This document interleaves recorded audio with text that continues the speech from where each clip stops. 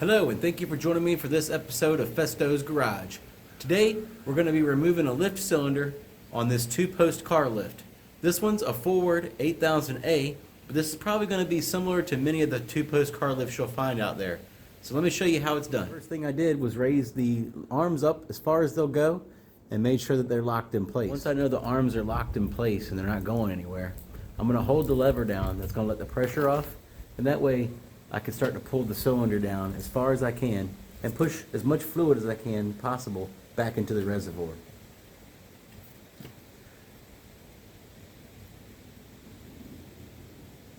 Got the cylinder pushed all the way down. On this one, the roller comes right off the top. Now we just have the cylinder left in there. We're going to go around to the back side and we're going to undo the fitting. I know it's going to get messy. I'm going to put some oil dry down. That's a precautionary measure.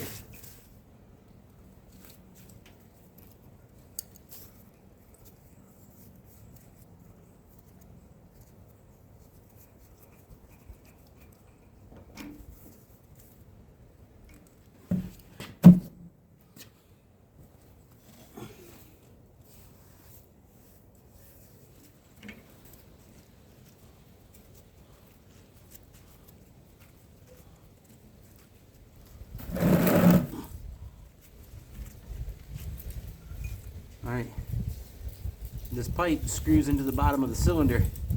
Once I got this out of the way, I should be able to lift the cylinder up out of the pocket there. I should be able to lift it out of here.